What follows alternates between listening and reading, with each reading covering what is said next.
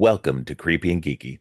I'm your host, Robert, and on today's episode, I'm talking to Donna from the Donna Tha Dead podcast about M3gan. But first, she and I are talking about the newest stuff. How's it going, Donna?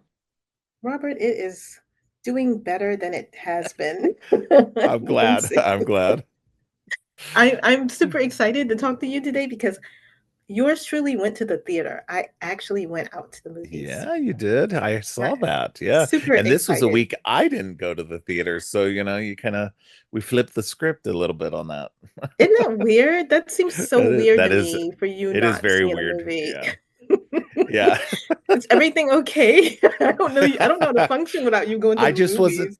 I just wasn't interested in the movie that came out this week that you went and saw. I've never been a huge fan of those. To be fair, it's been years since I've seen them. So I Hmm. do need to kind of go back and rewatch the original movies that lead up to this one. Um but yeah, no. So let's go ahead and jump in and start by talking about the movie that you went and saw. So Yeah, so go ahead and start us off. I got to go see 28 Years Later, and unlike you, I am a huge fan. I'm a huge fan of Danny Boyle to begin with. I mean, I've Right. watched all of his movies for years. Um, the first one, 28 Days Later, it's still one of my favorite movies. 28 Weeks, not so much. I just rewatched both of them before we went and saw this newest installment, and let me tell you, it's definitely gonna be decisive for a lot of horror fans. Right. I think they're gonna be expecting one thing, and it really, to me, felt more like an emotional coming of age film. I know that sounds strange in a Interesting. zombie type film, but there's a lot going on. It doesn't shy away from action, but it is more of an emotionally invested story that they're telling with this one. And it's it's different, but I like the fact that it's different. Yeah. I think it's probably gonna be one of those ones that it has to sit a little while, and then people will be like, "Yeah, this was actually really a good movie." But going in and they're expecting, like, high adrenaline, zombie chases and all of this stuff, but you're not gonna get that. I'm just gonna Mm, be honest mm. with you. Good. Um, Yeah. you do get a lot of naked people and a lot of full That's frontal. what I heard. Yeah, Yeah. a lot of full frontal nudity. Um, it was interesting, the crowd that we went with, we went, like, mid-afternoon matinee type stuff, and it wasn't a huge crowd, but the crowd that was in there, every 5 seconds, there was this guy that was on the road next to us, and he just would not stop commenting on a part of the anatomy that one of these zombies had, and I was like, "Dude, if you don't shut the fuck up." I told my husband, "I'm gonna throw my popcorn at the back of this dude's head if he says that one more time." Oh, Um, it's funny. so I guess he was, uh, what's the word? Emasculated by what he was seeing on the screen. But overall, really, this is such a unique departure for this story, and we get to see how these infected evolve. We get great performances out of literally everybody in this cast, especially there's a kid. I cannot remember the actor's name, but he plays a character named Spike, and he was hands down one of the best child actors I've seen in ages. He was definitely holding his own with Ray Fiennes, Aaron Taylor Johnson, all of these people, Jodie Comer. He really made that film alive for me. It was really great to watch. I'm probably going to go again. I cannot tell you. My husband made so many jokes. He's like, "Oh, you just want to see the naked people." I'm like, "That's not a draw back." I'm not saying that that's not a bonus, but it was just I never thought I would see a movie that would pull at my heartstrings and also make me gasp at the amount of peril. But it's not like go go go. It definitely is not. Yeah. So it's definitely going to be a decisive one for horror fans, I feel. That's what I heard. I'm in a another Discord group, and people had talked about it, not with any spoilers or anything. But Right. there were people who were like, um, they were very much saying it was a very divisive film and saying that it was a like, especially the ending. Apparently, the ending is The like, ending's a little wacky. yeah, that's like pretty much the the sentiment that they said wacky. They didn't say that word exactly, but that's kind of what how it came off, was that there's something at the end that is very jarring, and that somebody said that if this is the tone of the next movie, then it they were completely out. It does So shift it's tonally completely throws you off that was the thing, was like rails. it was the whole movie is like tone, like it, like there's a lot of tonal shifts. But Um the thing that I think people need to hold on to is that the next installment is being directed by Nia DaCosta, Nia who we DaCosta, all yeah. know is a fantastic director. So trust me, they've got a plan of where this is going. You know, I Yeah. don't think anybody should base everything that for the next installment from what they got from that ending. It did kind of pop out of nowhere. I'm not gonna lie to Yeah, you. yeah, yeah, yeah. And then reading a little bit more, I how can I say this without spoiling? Reading a little bit more about the context of the character that we see at the end makes a little bit more sense, and I'll talk to you about Mm. that off air a little bit Yeah, if yeah, you want yeah. to know. Yeah, definitely. But yeah, ultimately, I would say go. I would say go. Expect to have you know a lot of emotional things going on in this movie that I did not expect.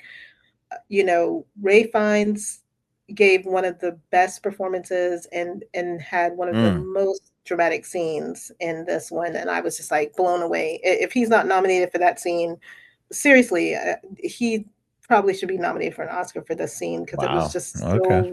so gut wrenching and so beautiful at the same time. All right. Yeah. Yeah, I'll have to rewatch the originals and see if I'm interested enough in going and see it, because it just, I don't know, zombies. I know you're a huge zombie fan, so I know this was going to be a go for you Hmm. regardless.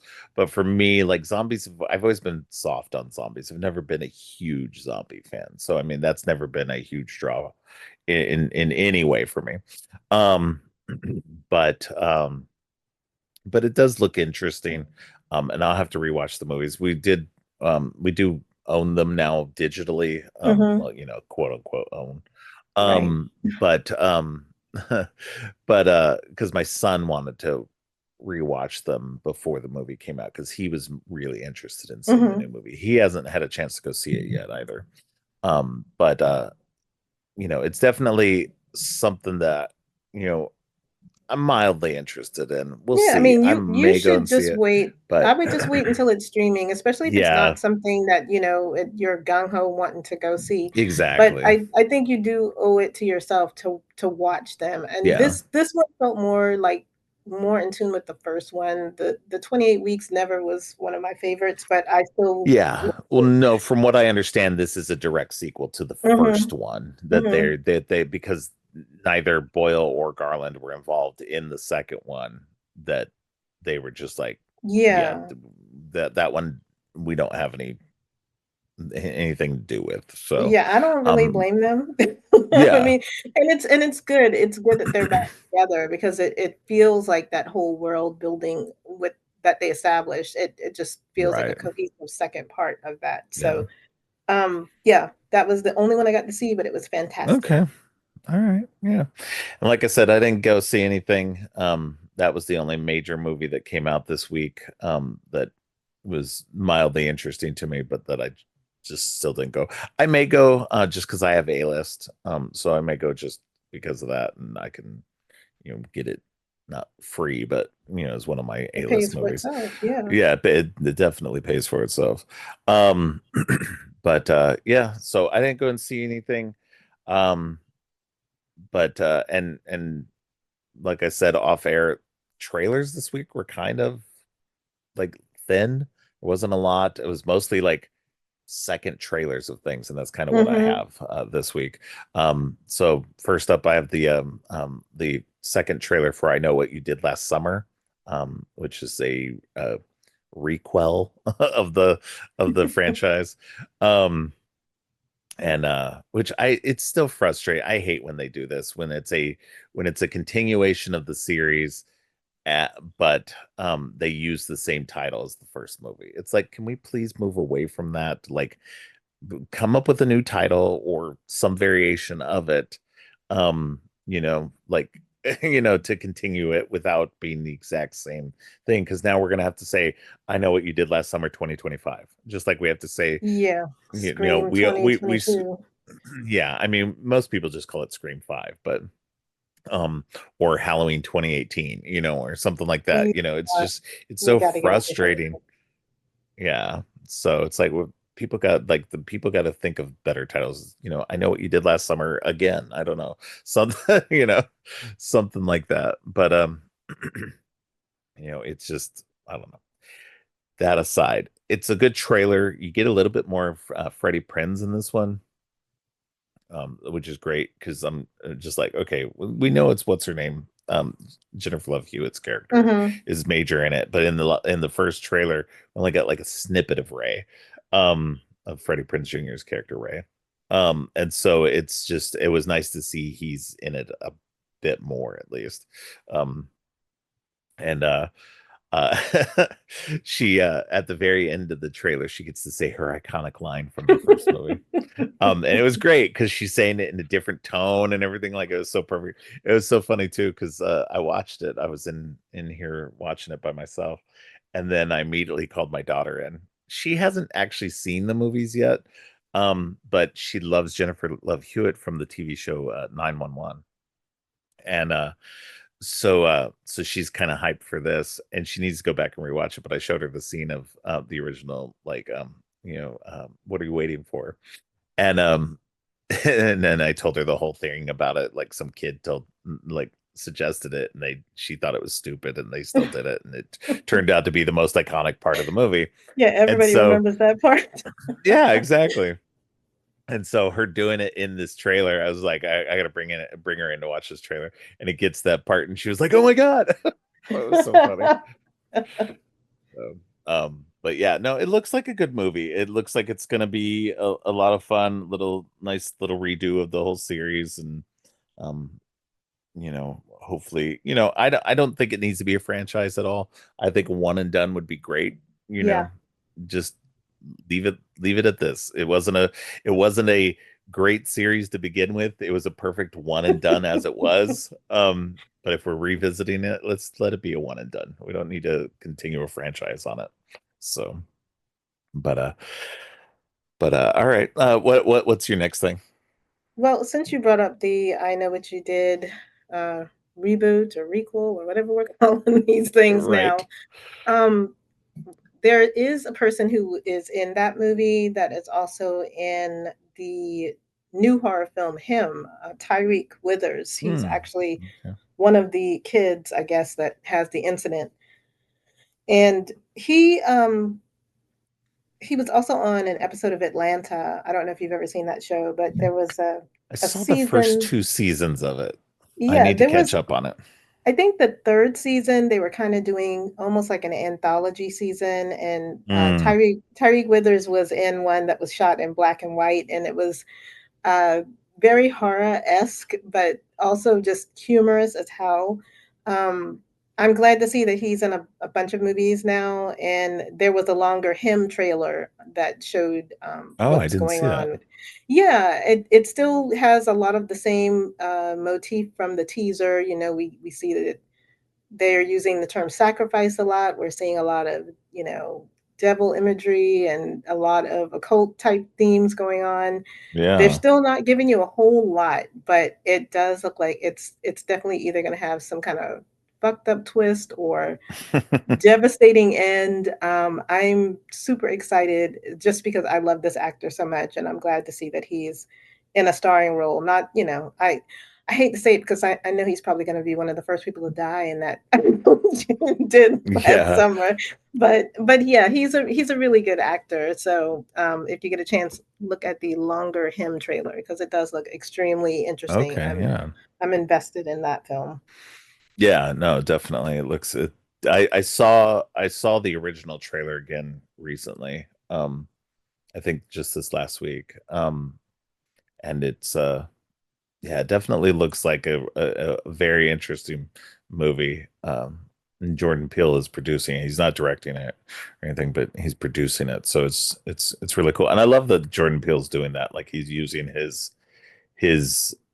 influence to like bring up new um filmmakers and stuff. Hmm. So and things that he's interested in. So that's really cool. So all right. So next I have it's a trailer, but it's not for a movie, it's for a video game collection.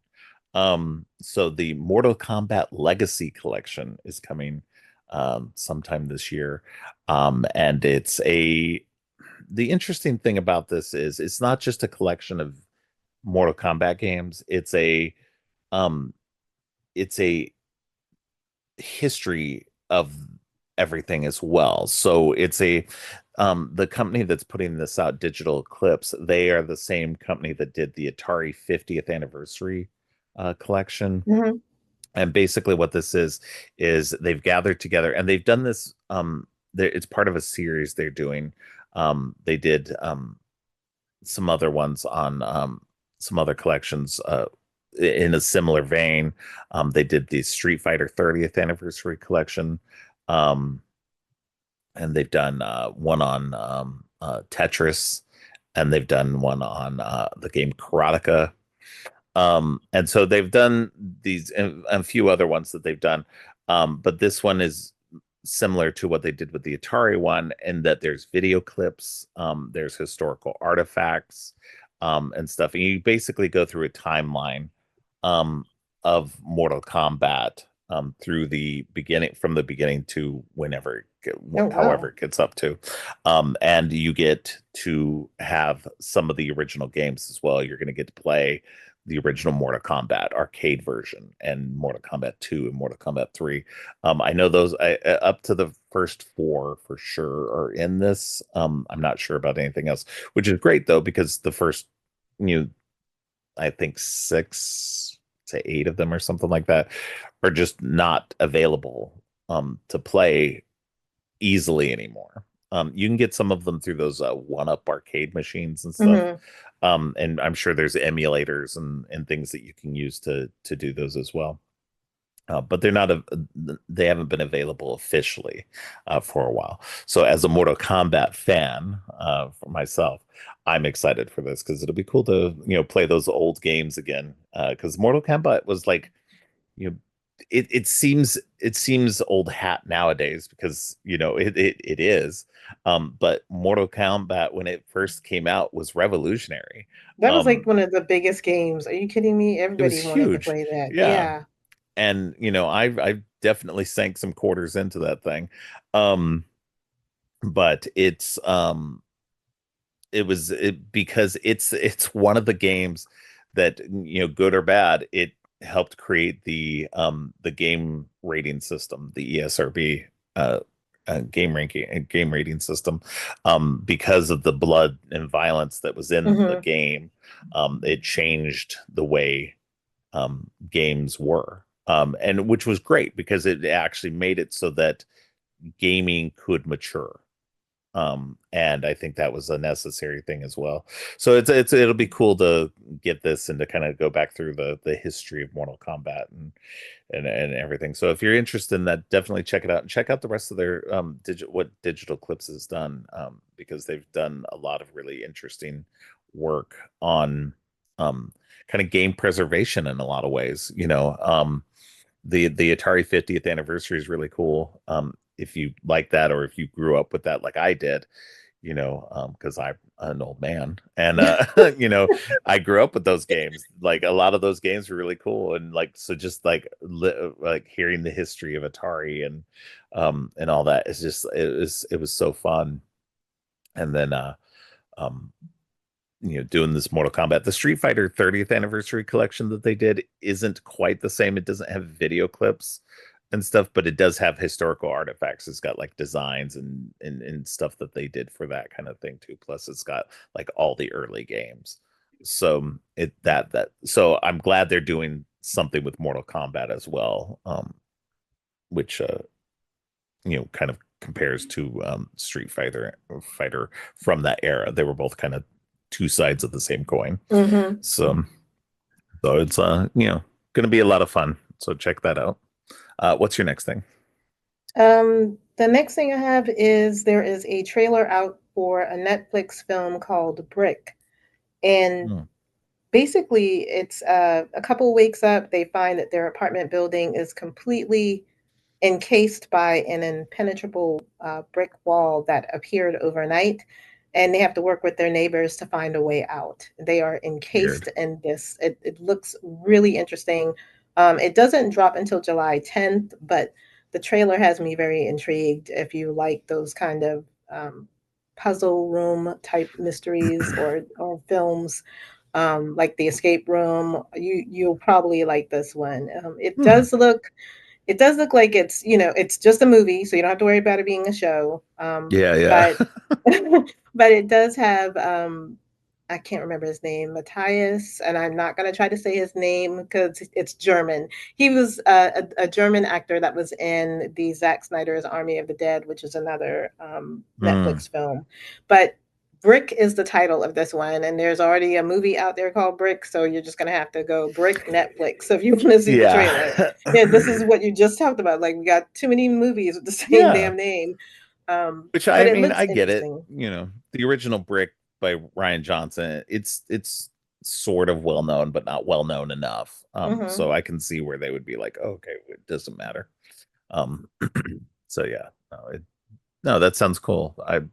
I saw the trailer, had been on YouTube, but I didn't watch it. So, um, but now I will go back and rewatch that trailer now because that sounds interesting. Cool. All right. Well, my last thing that I have is for the Toxic Avenger. They brought out a new trailer for the reboot of the Toxic Avenger, or not reboot, remake, I guess. Um, so it's got an interesting cast for sure. Peter Dinklage is the new Toxie, and Kevin Bacon is in it. There's all kinds of crazy people in it, but Kevin Bacon seems to be the main villain in it. Elijah Wood's in it. Um, just very bizarre. It's just I don't know what to think of this movie. Like, but again, the original Toxic Avenger, I own a copy of it. I actually have a copy Hmm. signed by Lloyd Kaufman. I met him at a Oh, con once and lucky. got, yeah, and I got it signed. Um, and um, so the original has its interesting things about it, and I like it. But yeah, this new one, I'm just like, I don't know. Did we really need a remake of Toxic Avenger? I don't think Um, so. I don't think so, but it'll be interesting to watch for I think sure. it'll be fun. I mean, it Yeah. definitely has. I saw the It looks trailer like too. it'll It be a definitely love. has. Looks like the people have a love for it. So Yeah, anyway, sorry, go ahead. I was gonna say it looks like a love letter to trauma in itself, and Yeah. clearly these people that are in this movie are fans of them. So, um, it looked that the violence is right on brand. The Hmm. look of Foxy is right on brand. Elijah Wood looks like a humanoid version of Gollum. I don't know what's going on with his look in this It trailer. looks like he's almost going for the Richard O'Brien character from Riff uh Raff. um yeah, Riff Raff. Yeah, he's going for a take on Riff Raff to me.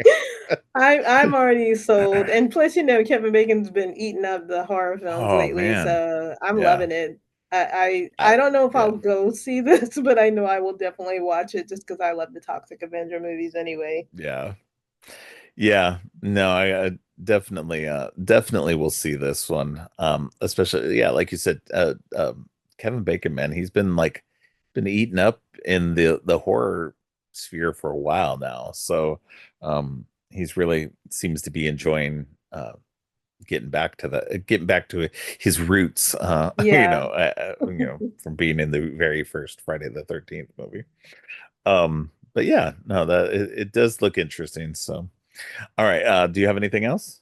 The only last thing I have is to announce that Sinners will be coming to HBO Max July 4th. So if you didn't see Sinners in theaters, which it's still playing at my theater, which is Yeah, wow. still playing out here too. Yeah, so you can watch it at home in about 2 weeks. There you go. Yeah, definitely. If you haven't seen it now, definitely watch it then because it's definitely worth a watch. Um, it'll be. yeah, I'm probably gonna rewatch it once it comes out I again, think it's just gonna so be I on can. constant repeat at my home. I've already pre-ordered the Steelbook. I'm already Oh, look at jonesing you. for that. There you I go. can't wait. That's awesome. Yeah, no, it's a great movie. It's definitely going to be a rewatch. I think it'll be nice to be able to rewatch it at home because I'll be able to have the damn captions on so I can understand what some of the people are saying. Because Yeah. there were moments in the movie where I was just like, wait, what? I couldn't hear Yeah, it, the and it was mixing was just a like, little too loud and you're like, yeah, "What?" yeah. I will say it seems to have gotten better with the laser projection that has been introduced pretty much everywhere. I feel like, and I don't know if it's at your local theater if they have laser projection, but AMC's got like laser projection now. That's like their minimum that they do. With Mhm. that, the audio mixes have seemed to have gotten better, and the brightness on the movies has gotten better.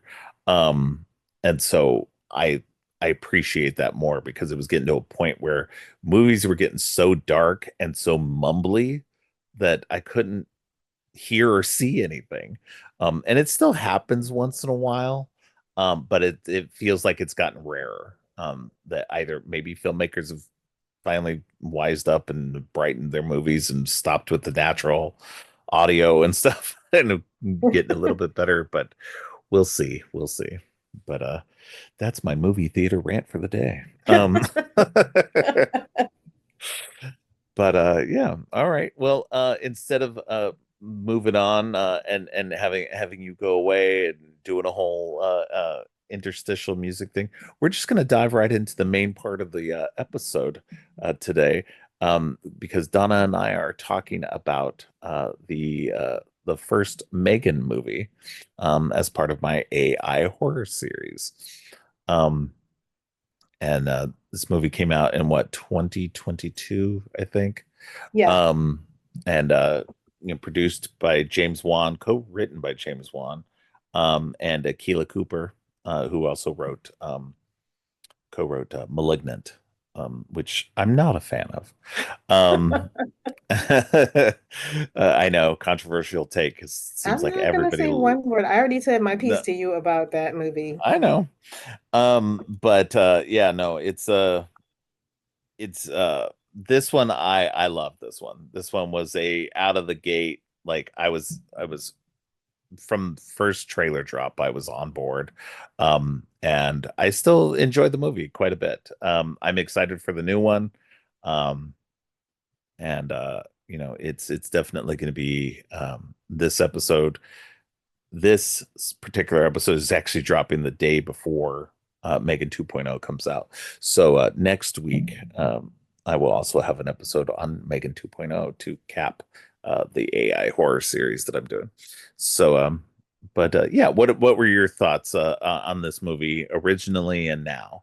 So, Originally, I did not even have a an inkling to see it. I was just I'm not a big fan of robot dolls or any kind of doll horror. I mean, I know she's a little different because she's AI, but it wasn't one that was even on my radar. I was like, "Oh, I'll watch it at some point one day." Um, and then it became available on Peacock, and we were like, "Well, why not? Let's just watch it and see if it's, worth a watch." And it was so much fucking fun. Oh my god. I love Megan. It's campy, it's quirky, it's got, a kid in peril. It's A kid in peril is my bread and butter. I love anytime I see kids in peril because you always want to know how it's going to work out, you know? But yeah, it's funny. I mean, you wouldn't think that this kind of AI would be so filled with humor and sarcasm and right. the killer doll trope is not my favorite, but this has grown on me. Like I cannot wait for the sequel. This is how excited I'm probably gonna go see the sequel. This is how excited I am.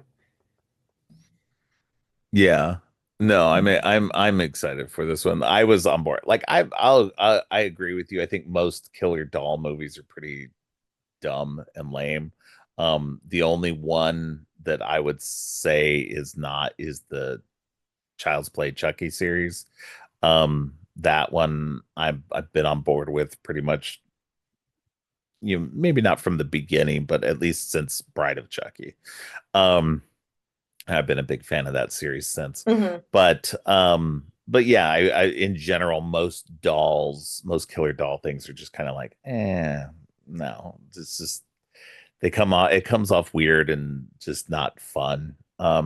And but this one, yeah, like I said, this one for me right out the gate, I was on board with, and I was like, I was just like, see, this is the movie that I thought Malignant was going to be. I thought Malignant was going to be nuts and campy like this, but it's just not. And see, and that's what kills me is everybody talks about how campy Malignant is, and I'm like, I guess, but it's not like this. Like, this kind of leaned, I guess, heavier into the camp side of things that I like. So I don't know. It's just for me, I think that yeah, it worked a lot better. I'm trying to remember because I'm pretty sure we covered this on um in one of our year end um like Oh yeah, I'm sure shows. that this was on. Um If it wasn't on mine, I know it was at least on yours. yeah. So let's see. It's 2022? No, couldn't have been 2022. When did this damn movie come out? It says 2022. That's what I thought, but it's not on my top horror movies of So it also 2022 said it list. was released in January of 2023. So that may be it. Oh yeah, so that may have been. So it may have been a 2023 movie. Yeah, because I kept seeing stuff about. Yep, yeah, it's in the best horror 2023 thing. Yeah, it was number 5 on my list of 2023. So, but yeah, so no, I think even in my review, I gave it. Yeah, I said in my review on Letterboxd, I said, not gonna lie, I was not a fan of Malignant, but after seeing the trailer for this, I was definitely excited to see it. It most definitely lived up to the hype and is a much better movie than Malignant was, for me at least. I had a lot of fun with this, and I hope we get an even more unhinged sequel. So, and it seems like that's what we're getting is Oh, a I even can't more wait. unhinged sequel. But I did watch I this time I did watch the unrated version. I think it was the Hmm. first time I watched the unrated version. And I will say, like, I kind of need to go back and watch the PG-13 version because it didn't seem like it was that much more amped up in the blood and violence and language department. Um, Yeah, I don't remember. I know I watched the unrated, but I watched the PG-13 just because I wanted to rewatch it really quickly. Um, yeah. I don't know what would be different from Well, they that, have the exact same they have the exact same run times. Yeah, that's odd. So I think it was just because so that's why I was like, well, did they just add CG blood or something to this just to kind of tone it down, or did they remove the blood for the PG-13 version? So I'm like, I don't know. I really need to kind of go back and rewatch that to find out. But anyway, that aside. But yeah, no, I think it's a fun thing. I watched the kind of the making of behind the scenes things last night also after I watched the movie. I was like, let me watch these because they're all fairly short. Um and sometimes I like a fairly short behind the scenes, and then other times I'm like, no, give me a feature length making of documentary. But this time I was like, these are perfect. I was tired and I was ready to go to sleep anyway, so I was like, all right, just give me these real quick. Um, and but and it doesn't go into a whole lot of stuff, but like they used a lot of animatronics. I thought it was mostly just the girl in the suit. Because there is an actress, a dancer, who is in the suit, or is in a costume and in a mask, and Right. then does a lot of the stuff. Anytime you see legs, that's her. Most of the rest of the time, if there's a scene where you don't see legs, she's an animatronic. Oh, Um, interesting. yeah, and they actually yeah, so they actually had a full on, like, I mean, the most of the time the head tilts and arm movements and stuff like that are puppeteer. So it's like a mixture of puppet, animatronic, and um a girl in a mask. So there's a bunch of different combinations of all that. And they did it seamlessly. You don't notice anything like that. It seems like the moment where she's like standing at the window looking at Katie at one Hmm. point. and when Katie's doing all the arrow stuff and everything, that's all a puppet, like animatronic puppet stuff. So I was just like, oh, this is very interesting what they did with all of this, and just like the amount of practical effects and stuff that they used for this was just fantastic. So um but the girl that they got, the dancer that they got, she's actually coming back for the second one also. So she's also, doing a lot all the dance and physical things and everything. But so it'll be interesting to see how what the difference is with that as well, see how much more they use of her. But she's like, yeah, the whole thing where she like comes up off her back in the Hmm. forest, in that forest scene where she's chasing the boy down, where Right. she does that kind of like full pull up. She did that on Oh, her own. That was wow. not, yeah, that's how limber that girl was, that she was able to do that. Holy She crap. did that dance sequence that she does in the hallway where she does that standing backflip. Like she literally did that. Like all of that stuff was literally her doing that. She was just that. And she did like they said that she did most of her own stunts as well. Oh, Um wow. That is yeah. amazing. Yeah. So it was just like the behind the scenes footage is very cool and interesting to dive into. It's not very long, it's very short, so it's not super in depth or anything like that, but like it's like three little sequences that are just fantastic to kind of like add to that bit of it. So um and then they talked to the director a bit, Gerard Johnstone. He's coming back for the second one as well, so it's good. I like that continuity of Hmm. keeping the because you get that sometimes where like they're like, oh, okay, well we'll move on, we'll give it to somebody else. But it seems like he was um very involved with every aspect of it, and was very enjoyed making the movie and everything Yeah, like I'm that. So super it was glad to hear definitely, that. So the tone yeah, stays the same throughout. exactly, yeah. I'm not sure if Akila Cooper's involved in the script of the second She one. actually Um, is, I believe. I thought she was too. I thought I saw something about that, but which is good, But I think this time, instead of her and James Wan co-writing it, I think her and Gerard Johnstone are co-writing it. Right. That's correct. Um, so so I think that was the difference in that. But yeah, no, it just, I don't know. This movie's a lot of fun. I love um everybody who's in this as well. It's the girl who plays Katie, Violet McGraw. She just popped up in what's it called? The Life of Chuck as well.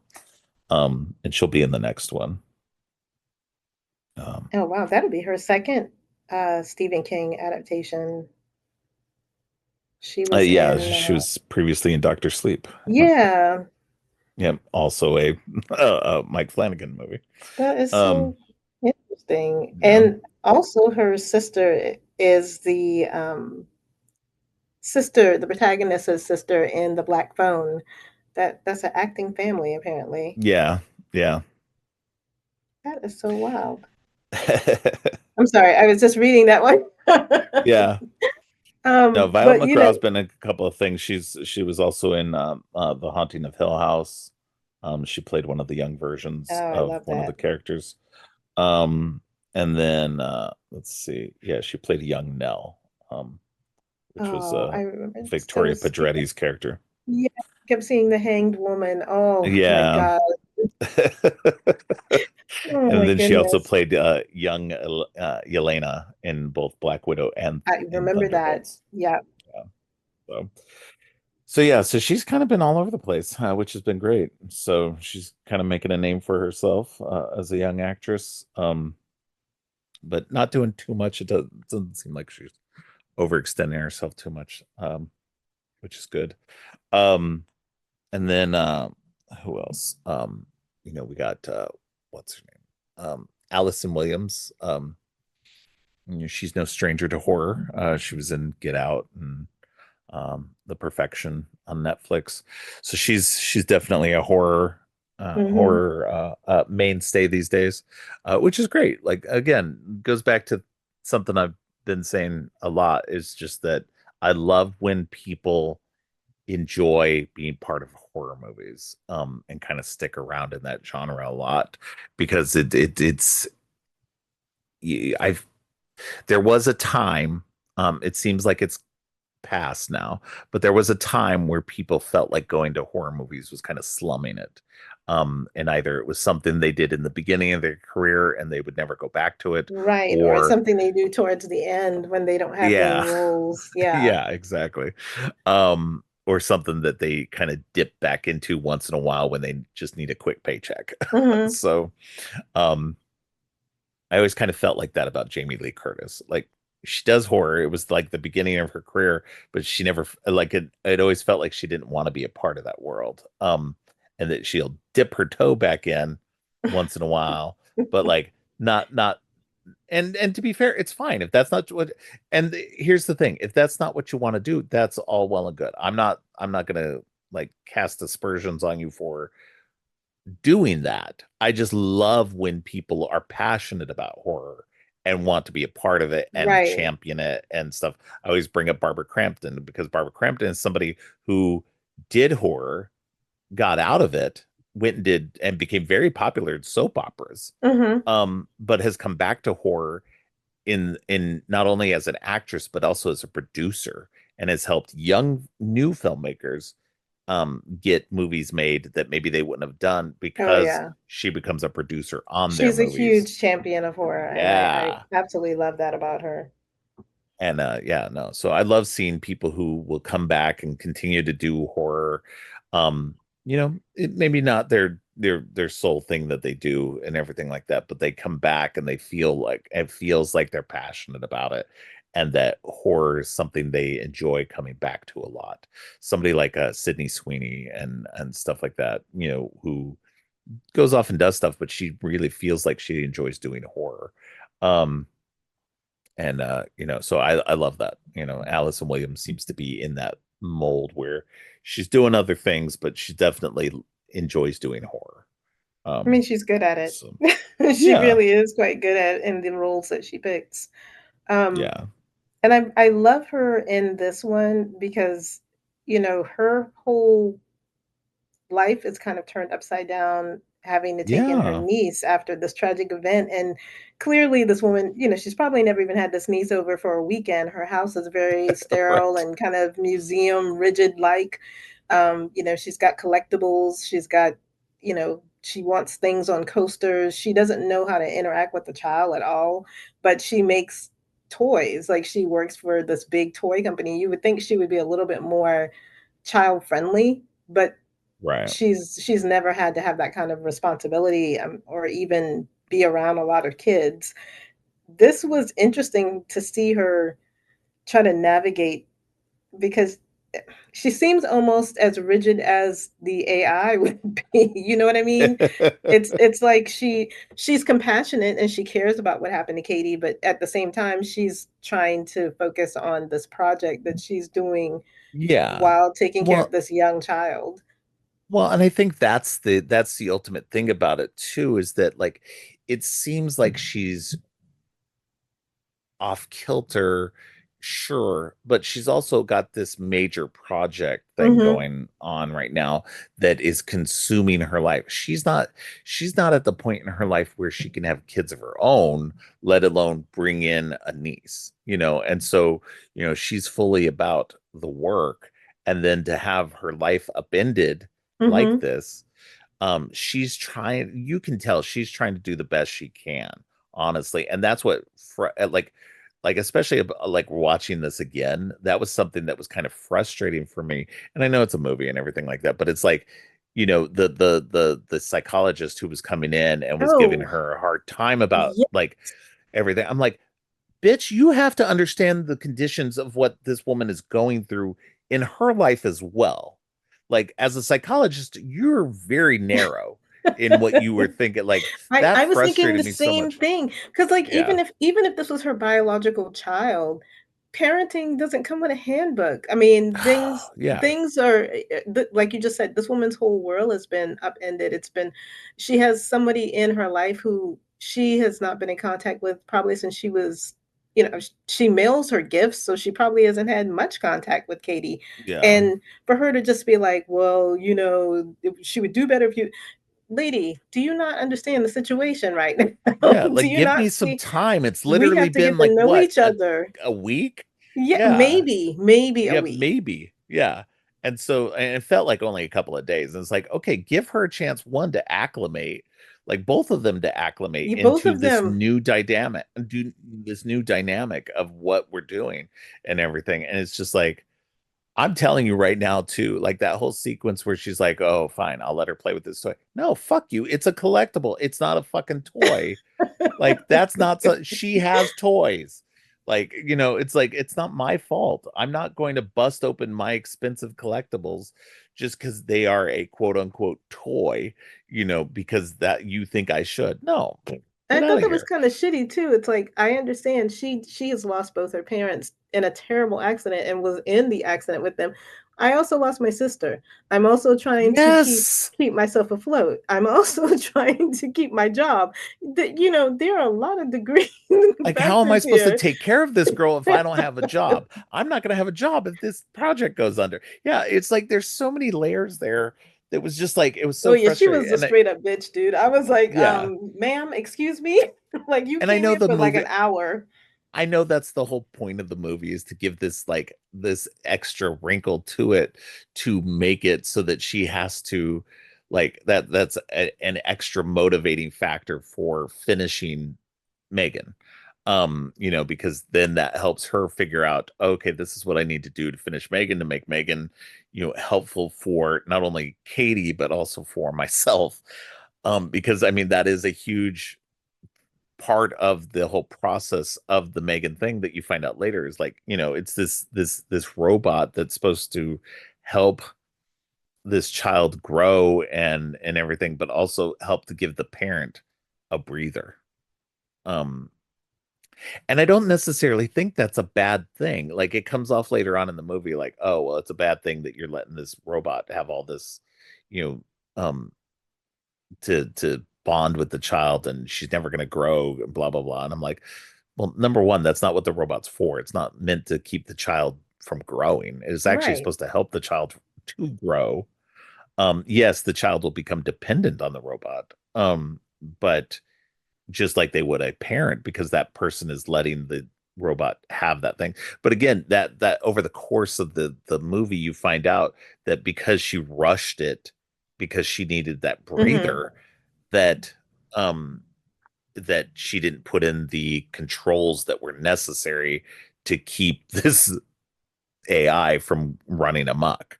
And that she should have put herself as the like the bigger user before putting the child onto it, and Yeah. this is like so many things that like but it's said in the movie and I like that too. Like it felt like no corner was cut. They actually made sure to like add in these things. Oh, this is why she won't be able to control her later, and this is so they foreshadowed things, which was nice, or made instances, because I mean Bruce was a huge foreshadowing thing. It's like, okay, that robot's coming back. Like as soon Yeah, as they we already mentioned it, knew I was, that. yeah, as soon as they mentioned Bruce, I was like, oh, that's coming back in the end. Chekhov's Um, robot. We just waited yeah, on it. Chekhov's robot. Yep.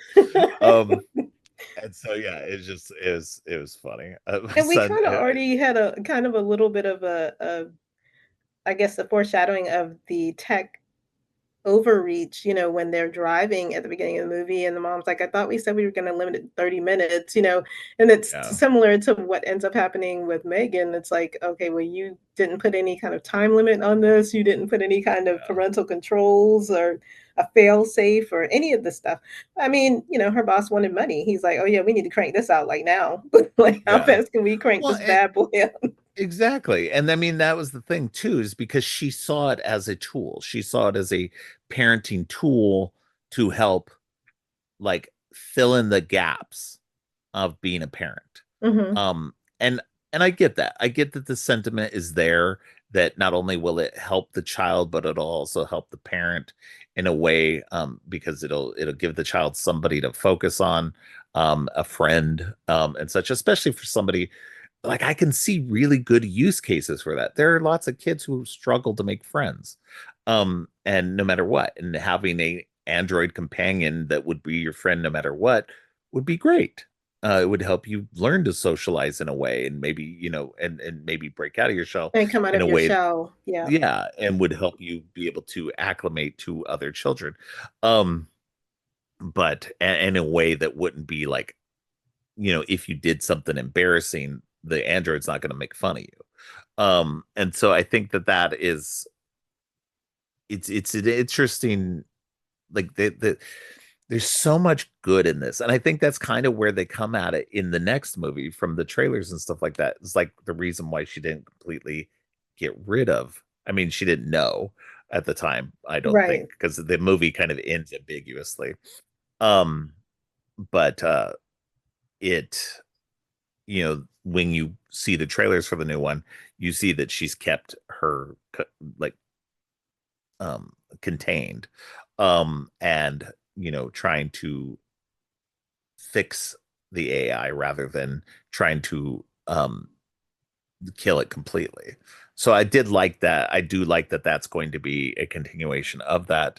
But yeah, so I think that it's for the purposes of like everything else. I think it's interesting. Sure, it makes it so it's an easy um sequel in, but I also think that it's something that she sees the value in Megan as a AI and um as a tool rather than as something to completely be gotten rid of. And I think that's ultimately, where we all have to come at with AI. AI should be a tool for us all to use, um, not as something to rely on so heavily Right. that That it it replaces. replaces, Mhm. especially, getting on my soapbox here, especially when it replaces art. AI should never replace art. Art is like one of the most human things. Music, movies, literal art, paintings, drawings, that kind of stuff. Mhm. You can't replace that with AI stuff.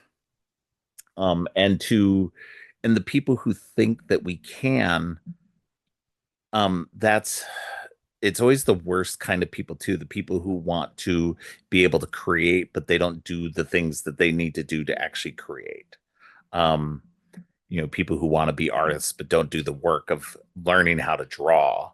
Because, like, look, I love artwork. I have it all around my room. I would love to Mhm. be an artist. I don't have the discipline and the drive to do it myself. If I did, that would be awesome. But I just don't. I don't have that talent. I don't have that drive to create that talent in myself. Because that's the thing, like people say, is that there are some people that are definitely going to be 100% naturally talented and going to be able to draw and do things like easily. But there's Right. other people who struggle and work on it because that's what they want to do, and they actually work at it. AI takes that away and just goes, oh, okay, well, I'll do it for you. um, and then people are claiming, well, I did this. No, you didn't. You entered some prompts into a computer and said, this is what I want. That's not creation. And That's there's not no love, there's no passion, there's no real exactly. feelings behind what you're doing. You writing a short story, you're incorporating things that inspire you or that you want to that you've never read in a book before and you want to make something new so people can enjoy it. Whereas AI just kind of puts together a piecemeal what they think human brains want, and actually what you and may want actually to do. based on the works of other people, like, Yes, rather than creating something off. It's fine to be influenced by things. That's the thing. You're always going to be influenced by everybody is. somebody, Yeah. and that's fine, and that will be reflected in your work. But to sit there and steal completely from things and just kind of mash it together, that's not creation. That's not art. That's theft. That's plagiarism. Um, and that's not even homage. It's that's the part of AI that I think is wrong. AI assistants, Alexa, Siri, all that stuff's fine. Mhm. I'm okay with that stuff. I don't really use that stuff that much. but that's the stuff. Creation, chat GPT, that kind of stuff like that. That's not where AI should be even focused at. It should be beneficial and helpful and help us, especially if it were to, like, in terms of like automation, that's fine too. But we also have to understand that if we're going to automate everything, Mm-hmm. then that means that we now need to take care of the people who are no longer able to do that job. That means using our resources to help people who can no longer do those jobs, that was the Right. jobs they were doing. If we're going to take jobs away from people, we need to give them money to live.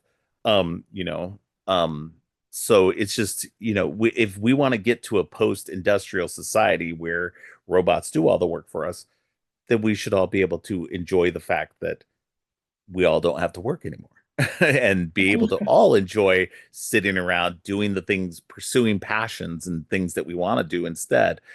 Not everybody's okay with that yet. And until we can, as a society, get to that point, I think AI needs to be constrained. Yeah.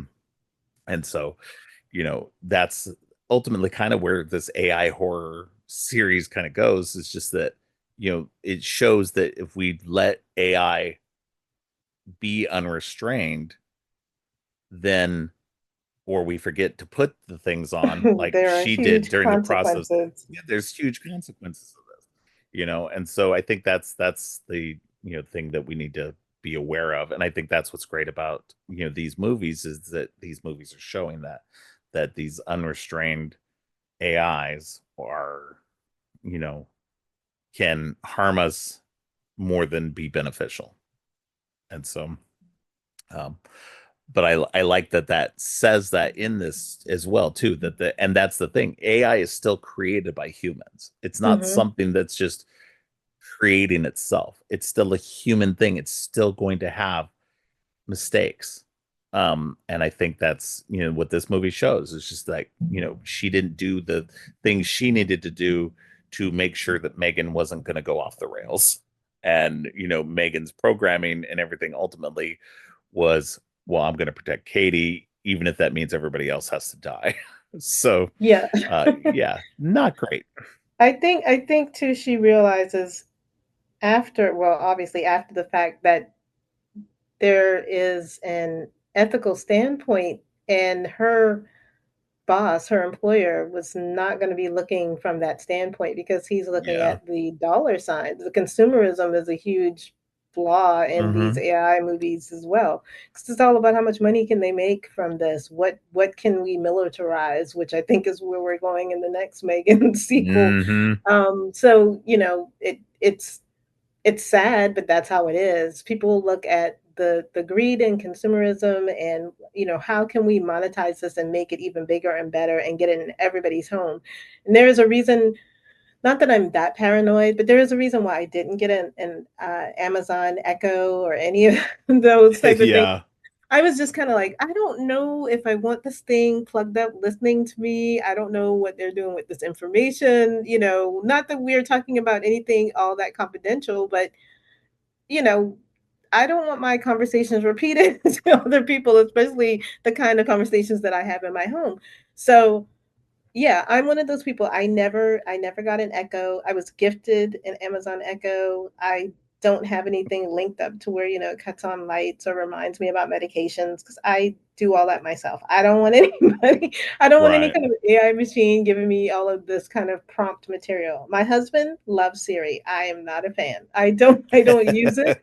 I it's not for me. And I'm not trying to say I'm an old fuddy duddy, because clearly I have a smartphone, and I do Yeah. occasionally use certain, AI things, but I agree like you. I wouldn't use it for art or to create certain things, because it should just come naturally from you. And I think there's an ethical standpoint.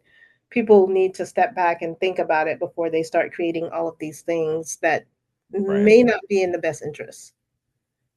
Yeah. And I mean, and there's also an environmental issue, and it's huge things that we don't even need to get into in this. But it's just there's more ramifications of utilizing AI than I think most people are aware of. They just think, oh, hey, this is an easy tool. Let's use that.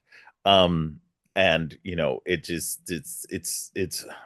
unfortunately part of it's creating to the dumbification of It really society. is. It really is. Um, and I think that that's the major issue more than anything else is like this world's already dumb enough as it is. We don't need it to get dumber. Oh Um, my gosh.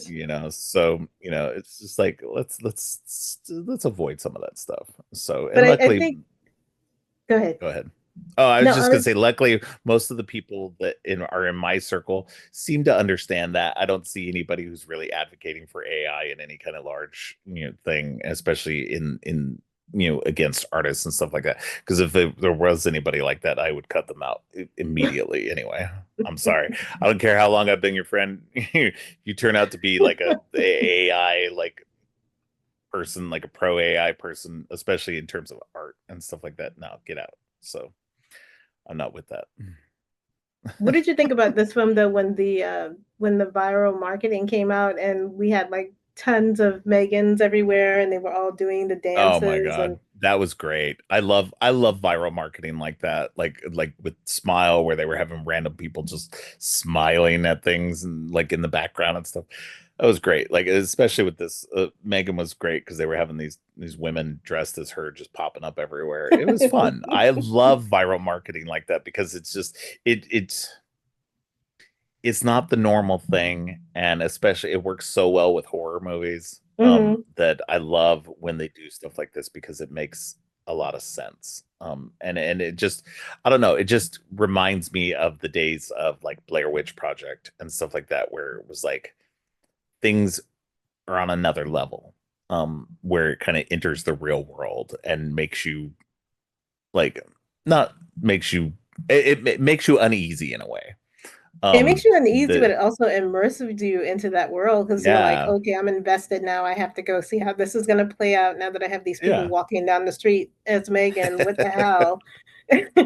um, yeah, I do miss that kind of viral marketing too with Blair Witch, where you could go online and read all of the news articles Yeah. about the disappearance and whatnot. Um, Thankfully, Weapons is bringing that back. I cannot wait. Yes. Um, so yeah, I don't know. This is such a great film. It's campy. It's got, where are we gonna find a doll that dances, that, sings, that kills? It's just, an all around, what is this? A guardian, a protective guardian of a little girl and her feelings. And I like her snarkiness. I love the fact that she's, very when she becomes very self-aware and she's just like, okay, well, this is what I'm doing. I don't care whether you guys like it or not. This is how we're gonna live. Yeah. She just kind of goes for it, and it's cute. And then it helps that we have a kid that is going through a lot of trauma and a lot of grief, and she's processing the best way she knows how. And this friend is so magical and special to her.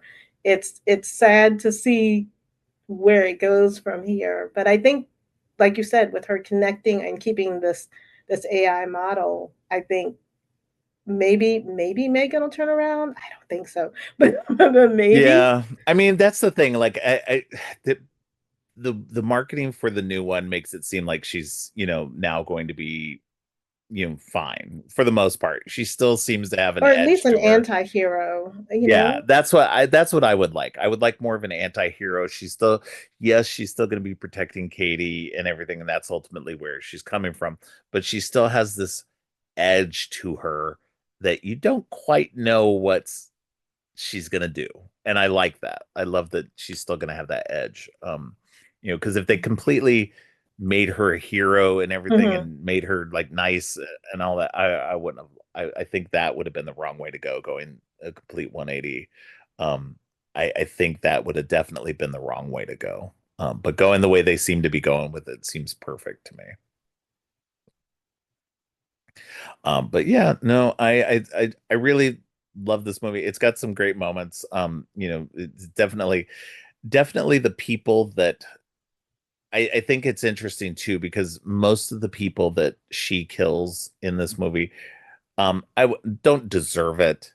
Nobody deserves to die though, especially the way they did.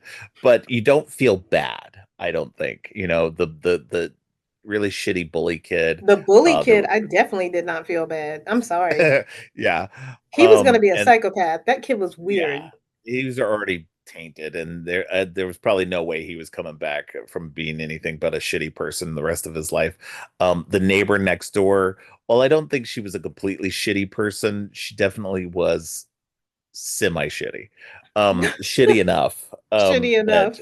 yeah. And then the shitty CEO, his assistant didn't really deserve that at all. Well, no, I guess he did, because she did bring up the point that he was stealing the He was files and stealing everything. company secrets, yeah. Yeah. So yeah, I don't know. Yeah, so everybody kind of like, they made it so that everybody was kind of like, okay, there's something about each one of these people that gave her a real reason. Like, nobody was, maybe the two who, like, her two assistants or whatever like that, who didn't die, thankfully. But Thankfully, yeah. not for not trying, because she did try to blow them She up. just didn't have time. She had to go and do Yeah. other things. So yeah, so I mean, for the most part, I think that everybody she killed, in terms of the movie, deserved it. Honestly, um you I know think now that I remember why it was unrated, because I think she did end up killing the therapist too. I feel like that was another kill. I can't remember now. uh I just watched it last night too, so I don't even remember, but I yeah, think in maybe the she did kill her. unrated, yeah. Yeah. But yeah, so it's just, yeah, there's definitely some, and again, I would say the therapist didn't truly deserve it. She's not the greatest, in my opinion, as a therapist, because she should be like understanding all the complexities Hmm. of this relationship rather than just Katie's soul thing. Um, she should be understanding of the rest of it as well. But it is what it is. I think at the same Um, time, Gemma did give her the directive to protect her emotionally and physically. So I think, yes. you know, once she was in that mode, that was it. Yeah. No, absolutely. I think that when she was following her directives 100%. But again, she didn't put on the controls of exactly how to do those directives. Hmm. And I think that was the issue, is that you know when the directives are kind of open-ended like that, rather than having strict parameters as to the if this then that kind of situation, when it's an open parameter of just protect her at any for any reason, then Hmm. yeah, she's gonna go off the rails. And so I mean, it's kind of even similar, like if you go back to RoboCop, his directives were very very broad. He only had three rules, and then a fourth secret rule. But he only had those three rules, and he had to define himself within those three rules. Now, outside of that, there was wiggle room, and so there's always I think that's the thing with any kind of AI kind of situation, is that um you've got to you got to put make those rules kind of strict, and kind of make sure that they understand that within these rules, even if it's just one rule, that there's sub rules, Right. to make it very specific, so that you don't have these issues. So And also try to have a fail safe that the AI cannot yes. learn about, because you just, even from back in the day, like the original Westworld movie, you should have something Yes. that will shut these goddamn things down. Yeah. Because, Well, that yeah, was, I I mean, mean, even in RoboCop, they actually did have that. It was like he couldn't attack any OCP, OCP people, employees, or whatever, like yeah. yeah, the heads of the OCP and everything, and which was like, okay, that's actually makes sense. That wasn't really a shutdown thing. That should have been like, the thing that should have been able to shut him down. Any Right. OCP It's just more of like like a block, like CEO I or whatever can't do could, it. yeah. And so yeah, it's yeah, no, it's I think, yeah, you're right. It should be, there should always be a backdoor code or something like that, that is distributed between people that only they know that they can use to stop them. Right. Nothing You that's know, in the real uploaded. You world. don't have it in a file or a Yeah, USB. It's just exactly. in your You head, have to and that's commit it to it. memory. Yeah. Yeah. I just crazy. But yeah, no. This is a fun movie. Like this is ultimately what I want to come down on is just that it's a fun movie. It's lot it says a lot about AI while also just being a genuinely fun campy movie. And I think that's they balanced it all very well.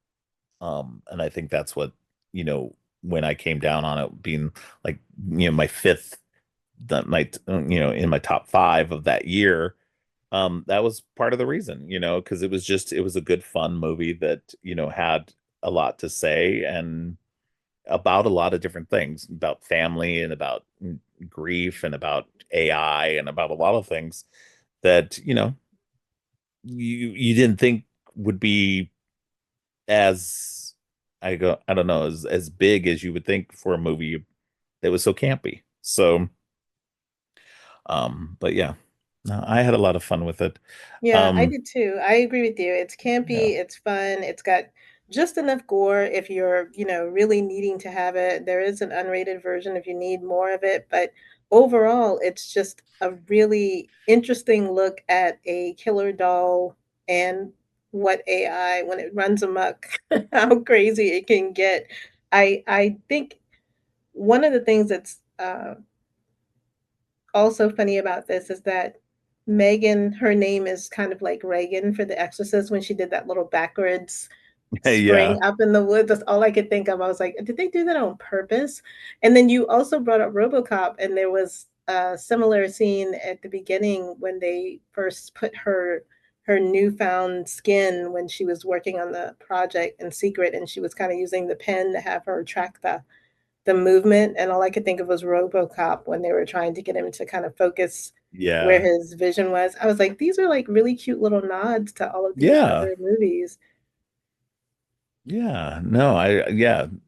Those good points. Yeah, I didn't even think about that. Yeah, look at this pen, you know, and that Hmm. definitely was, yeah, tracking the pen from RoboCop. That We was get the good. little I didn't Terminator think about that. things when we see like Yeah, what emotions they're feeling and the facial recognition. This it's brilliant. It's cute. I love it. Akila Cooper knocked it out the park. I yeah. cannot wait to see what she's gonna do with this new installment with the director.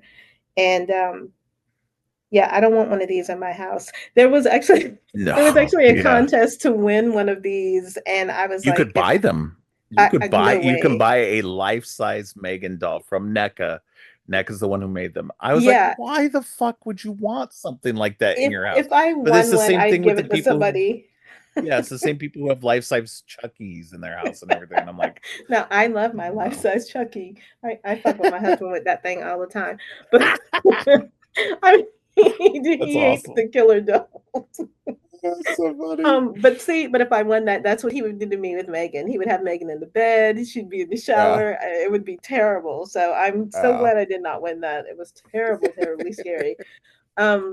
What I do love too is Akila Cooper said she based this concept on. I don't know if you've ever seen the horror movie Magic with Anthony Hopkins. No, I've heard of it though. Well, it's more of a ventriloquist doll in that movie, but Yeah. it is creepy. So, when you're a kid, those kind of things are ventriloquist dolls scare the hell out of me. I mean, it's just odd. I'm not a fan. So I can understand, like you said, this is inspired by probably your fear of these type of dolls. And then what if this doll could move and talk and do all of the it's frightening. I don't know. It's Yeah. like you said, AI can be a very helpful tool. I could definitely see where Gemma was going with this when she said this doll could help, recognize some learning disabilities and help kids get out of their shell. But, I would get the one that would want to hurt somebody because they didn't give me my coffee right. It would Right. just Yeah. that would be my luck. Yeah, no, definitely. Yeah, no, I'm perfectly fine without having an AI driven robot assistant. I'm good. Like when I was a kid, I always wanted one of those robots, that you could kind of remote control and stuff like that. Those would have been fun. But like something that's autonomous that can move and No, think on its own and everything. No, I'm good. I'm no, good. thank you. I don't need that.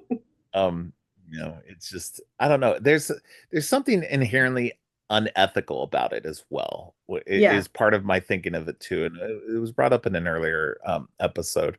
That there's something always creepy about creating robots in human likeness that it's are the servant uncanny to us. valley. It's Well, kind of, it's creating a slave culture, oh, and definitely.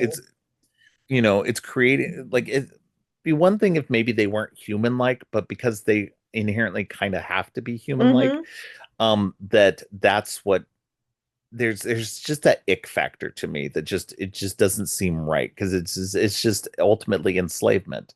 We're creating these things to serve us, but they're also human type things. So it's just like we can't, like, for some reason people can't get rid of this like slavery mind. Like, and it just like I don't know that's one of the major reasons why I kind of don't want it, because there is that ick factor to me of a creature that has to serve you in that way. Mm-hmm. I don't need that. If we get to that point, it just doesn't seem right. Um, I guess kind of in the way, like I think in is kind of a weird aside, but Wall-E kind of has it a little bit more right. The robots don't ever fully seem human. So at least in that sense, then it wouldn't be as bad. Although, the fact that every human gets like over 300, tremendously 400 overweight and pounds. sluggish. Yes. Yeah. That's not great either. But it's just, it's a catch 22 no matter where you think about it. But yeah, I think inherently, like, the ultimately, I just don't think that we need to have a servant society No. being either human or human like replicas. I just think that that's inherently, it takes away something from just being a human. You should just be able to do shit on your own. Go get your own shit. Go do your own shit. I You mean, we know, already make it easy as possible. We've got Uber Eats and, yeah. DoorDash, I'm a and I'm a Door Dasher. we order stuff But I'm online. perfectly I fine mean, with that. how I much don't more? mind going and delivering stuff. That's fine. That's a job. I'm getting paid to do That's what that. I'm saying, though. And it's like we So already make it easy as it is. Like yeah. you don't even go out of your house to order food. Groceries are delivered. Everything's being Yeah. delivered at this point. So how much easier do you really need it to be at this point? Right. Yeah, exactly. So yeah, no, I'm hoping that the movies like this and everything else, like, you will continue down that path of people understanding that we really don't need this, and that there's something wildly unethical about it, that just will never we should never want this. um and it's just, I don't know, it is what it is. Hopefully, fingers crossed, it'll never come to be. We'll never have an AI uprising and everything, but you know but who knows. Is there anything else you wanted to say about this movie before No, we I wrap think up? I think we covered it all. I'm Yeah. super excited for the sequel, like I keep saying, and I cannot wait to hear you talk about the Yeah. sequel. So that'll be Yeah, that'll be definitely. a boon for me. Just waiting on that. Yeah, no, I'm excited to see the new movie as well, and we'll see what hopefully it continues the fun. And I expect it will, given that everybody involved in it is still, from the first movie, is still involved with this second one. So but all right, why don't you let people know what you've got going on your podcast and where they can find you? So you can find me anywhere you listen to podcasts. It's Donna underscore the THA underscore dead. I'm on Instagram, I'm on Blue Sky. I'm never on Discord, but I'm on Discord. And what I have coming this week, I have no freaking clue. Um, I finally wrapped up with my The Last of Us recap episodes, and so I'm just trying to get back into my format. I want to talk about a couple of movies. I may do a spoiler-free review of 28 Years Later, just so I can get that out there. But We'll find out together. So I honestly don't know. But by the time I talk to you next time, I will have my format going. Okay. All right. We will look forward to it no matter what, I'm sure. Um, all right. Well, thank you again for being on and, being on every week, of course, but for Absolutely. coming on this episode for full length discussion. I love having you on for these as well. And actually, you're going to be on quite a few of them in the next couple of weeks. So, if you like hearing Donna, you're going to enjoy the next few weeks Sound like of you're threatening episodes. them, like you're I just know like I am you're threatening gonna them. enjoy it. Going to enjoy them. I mean, I'm sure the listeners, they're already used to you being on the They're show. used So, to me. yeah, exactly. So they'll be perfectly fine and enjoy every episode that you'll be Yeah, on. I'm looking forward to So, it. yeah. But next week, definitely I will be talking about Megan 2.0. And that one I'll be talking to my daughter Katrina about that one. We're probably going to record that one like literally the night of. We're going to go watch the movie and come back and we're just going to talk about it right away. So that should be a fun episode as well. Yeah, that'll be So awesome. yeah. So all right. Well, we will see you next week. And until then, stay creepy. Thanks for listening. Creepy and Geeky is produced and hosted by Robert Clark. If you like what you've heard, please consider giving the show 5 stars and a review on Apple Podcasts and Spotify. And share the podcast on social media to help spread the word. Make sure to subscribe on your favorite podcast app or at creepyandgeeky.com. You can follow the podcast by going to creepyandgeeky.com and clicking on any of the social links. If you'd like to follow me, you can find my links at geekthulu.com. You can support the podcast by ordering teas and more on TeePublic or by donating to the coffee page. All of the links are in the show notes. Finally, don't forget, stay creepy.